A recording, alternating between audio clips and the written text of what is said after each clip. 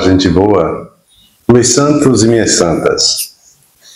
Celebramos neste domingo a solenidade de Pentecostes. Sem a luz que acode, nada o homem pode. A Igreja, então, celebrando hoje a solenidade, essa vinda solene e pública do Espírito Santo sobre os discípulos e discípulas de Jesus, reunidas ali em Jerusalém, dá um passo a mais após esses 50 dias que vivenciamos neste tempo pascal. E no dia em que os hebreus celebravam então a festa judaica de Pentecostes, também os discípulos recebem esse dom do Espírito. Em Jerusalém, Deus não dá a lei para o seu povo, como no Sinai, mas comunica seu Espírito. Os discípulos não se desentendem como em Babel, pois todos falam e entendem a língua do Evangelho. Pedro faz o primeiro discurso missionário e muitos se convertem, são batizados e acrescentados ao grupo dos discípulos. A Igreja, então, se manifesta ao mundo e, na força do Espírito, retoma a missão de Jesus. No dia de Pentecostes, Deus, então, derramou sobre os apóstolos o dom do Espírito Santo. Mas esse dom não está reservado somente para o dia de Pentecostes. O próprio Jesus, ao ensinar a oração do Pai Nosso, disse que o Pai nos dará o Espírito Santo sempre que o pedirmos. Pedir o dom do Espírito, desse Espírito Santo, é tão necessário quanto pedir o pão nosso de cada dia. Só Ele pode transformar em nossa vida aquilo que não podemos por nós mesmos. Como ensina a oração da Igreja, é o Espírito Santo quem dá repouso ao cansaço, levanta o que caiu, aquece o que está frio, cura o que está ferido, encoraja o que está paralisado pelo medo, fortalece o que se sente fraco, ressuscita o que está morto, reúne o que está disperso, santifica o que está marcado pelo pecado e lava o que está sujo, endireita o que está torto. Agora, a palavra Pentecostes está ligada ao número 50, e 50 significa plenitude. O Espírito Santo sempre parte de onde nós estamos, daquilo que somos, para nos levar aonde Deus quer que estejamos, para nos conduzir à nossa plenitude como pessoas e filhos e filhas daquilo que somos, seus. Porém, essa plenitude só é alcançada quando aceitamos que o Espírito de Deus nos exponha às provações, desafios e dificuldades que irão nos conduzir à verdade plena, pois é Ele o Espírito da verdade. O Espírito Santo foi descrito no evento de Pentecostes por meio das imagens do vento e das línguas de fogo. Enquanto o vento de Deus, o Espírito Santo, nos sacode fortemente com o seu vento para nos despertar, para nos desacomodar, para nos impulsionar a enfrentar os desafios, ao invés de fugirmos dele.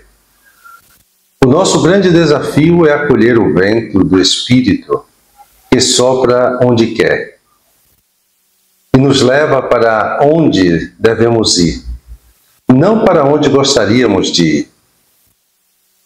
Como disse o apóstolo Paulo, agora acorrentado pelo Espírito, dirijo-me a Jerusalém, sem saber o que lá me sucederá.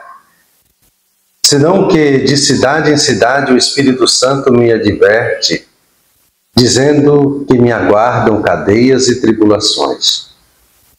Se queremos experimentar a força transformadora do Espírito Santo, precisamos nos deixar agarrar por Ele e aceitar que Ele nos conduza para onde Ele quer, de forma como Ele quer. E as línguas de fogo? As línguas favorecem nossa comunicação. Quando as línguas de fogo desceram sobre os apóstolos, eles começaram a falar de Deus, de modo que todas as pessoas, independente da sua nacionalidade, podiam entender. Diante da Torre de Babel, em que às vezes se transforma a nossa casa, o nosso ambiente de trabalho, a nossa comunidade de fé, o nosso relacionamento com os outros, sabendo então que essa confusão nos divide e nos impede de construir qualquer coisa juntos, precisamos silenciar, acolher e obedecer à voz do Espírito, que sempre se manifesta a cada um em vista do bem comum, em vista de restaurar a unidade do corpo, lembrando a oração da Igreja.